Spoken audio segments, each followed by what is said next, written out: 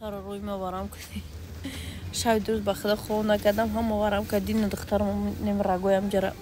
صورت گرفته نمی قیدم شما پرستاد نمیکنم که آدم ای نرві را رگی همینجا میبرماده یک کس آدم خیلی بلق زدگی برمادگی کودکم مساج دارن اچا پروست آرام شدن